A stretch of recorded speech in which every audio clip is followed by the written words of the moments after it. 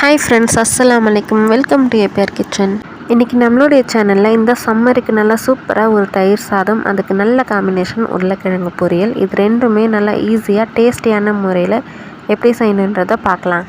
இதுக்கு முதல்ல 1/2 லிட்டர் பாலை நல்லா காய்ச்சி நான் கட்டியான தயிர் உர ஊற்றி வச்சுருக்கேன். நான் பசும்பால் யூஸ் பண்ணி தான் தயிர் உர ஊற்றி வச்சுருக்கேன். நீங்கள் பாக்கெட் பாலில் வேணும்னாலும் செஞ்சுக்கலாம். அடுத்ததாக 1/4 கிலோ அளவுக்கு சாதம் வடித்து வச்சுருக்கேன். நல்லா குழைய தான் வடித்து வச்சுருக்கேன். தயிர் சாதத்துக்கு எப்பயுமே கொஞ்சம் குழப்பாக தான் சாதம் வடிக்கணும். இது ஒரு பாத்திரத்தில் செஞ்சுக்கலாம். நான் இன்றைக்கி மண் சட்டியில் தான் தயிர் சாதம் செஞ்சு காமிக்க போகிறேன். நார்மலாக நம்ம வேறு பாத்திரத்தில் செய்கிறத விட மண் சட்டியில் செஞ்சோம் அப்படின்னா தயிர் சாதம் ரொம்ப நேரத்துக்கு புளிச்சு வராமல் நல்ல சுவையோடு இருக்கும். அதுக்காக தான் இப்போ சாதத்தை நல்லா கரண்டி வச்சு இந்த மாதிரி மசிச்சு விட்டுக்கலாம். இப்போ நம்ம இதில் தயிர் சேர்த்துக்கலாம். நான் எல்லா தயிரையுமே இதோடு சேர்த்துக்கிறேன். சேர்த்து ஒரு முறை நல்லா கிளறி விட்டுடலாம். தயிர் சாதத்தை நல்லா கிளறி விட்டுட்டு அடுத்ததான் நம்ம இதுக்கு தாளிப்பு சேர்த்துக்கலாம். தயிர் தாளித்து சாப்பிடும் போது இன்னும் நல்லாவே டேஸ்ட்டாக இருக்கும். ஸ்டவ் ஆன் பண்ணி ஒரு கடாய் வச்சுக்கலாம். அதில் 2 டேபிள் ஸ்பூன் அளவுக்கு ஆயில் சேர்த்துக்கலாம்.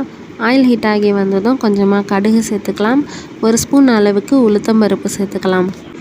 அடுத்ததாக 2 காஞ்ச மிளகாவை நல்லா கிள்ளி வச்சுருக்கேன். அதையுமே இதோட சேர்த்துக்கலாம். உங்களுக்கு விருப்பமாக இருந்தால் நீங்கள் மோர் மிளகா கூட சேர்த்துக்கலாம். இன்னும் டேஸ்ட்டும் நல்லாயிருக்கும். அடுத்ததாக ஒரு 10 பல் பூண்டை குட்டி குட்டியாக கட் பண்ணி வச்சுருக்கேன்.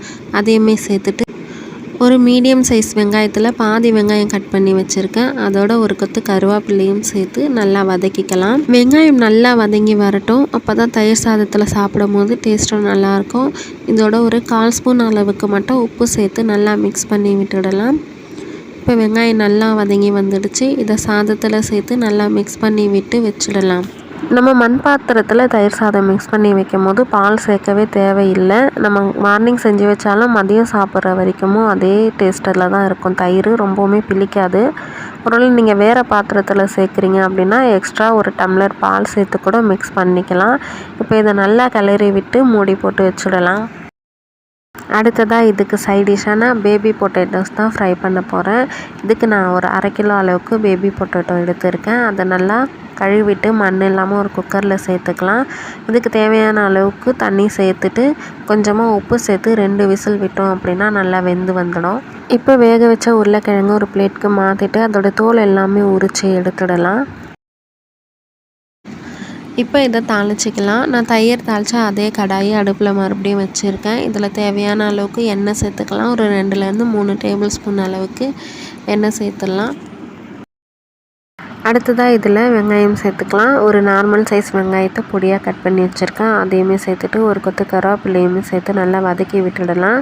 வெங்காயம் நல்லா வதங்கி வந்ததுக்கப்புறமா 1 ஸ்பூன் அளவுக்கு இஞ்சி பூண்டு பேஸ்ட்டு சேர்த்துக்கலாம். அப்படி இல்லைன்னா கொஞ்சமாக இஞ்சி பூண்டை தட்டி கூட சேர்த்துக்கலாம். என்கிட்ட இஞ்சி பூண்டு பேஸ்ட்டு இல்லை. நான் இஞ்சி பூண்டை நல்லா தட்டிட்டு சேர்த்துக்கிறேன். அடுத்ததாக காரத்துக்கு தகுந்த மிளகாய்த்தூள் சேர்த்துக்கலாம். நான் 1 ஸ்பூன் மிளகாய்த்தூள் சேர்த்துக்கிறேன். 1/2 ஸ்பூன் மஞ்சள் தூள் சேர்த்துட்டு இந்த மசாலாவுக்கு தேவையான அளவுக்கு மட்டும் உப்பு சேர்த்துக்கலாம். ஆல்ரெடி உருளைக்கிழங்குல உப்பு சேர்த்து பாயில் பண்ணியிருக்கிறதால கம்மியாகவே உப்பு சேர்த்து நல்லா மிக்ஸ் பண்ணி விட்டுட்டு நம்ம வேக வச்சு தோல் உரித்து வச்சுருக்க உருளைக்கிழங்கு இதோட சேர்த்து நல்லா மிக்ஸ் பண்ணி விட்டுடலாம். 1/4 ஸ்பூன் அளவுக்கு பெருங்காயத்தூளும் ஆட் பண்ணிக்கலாம்.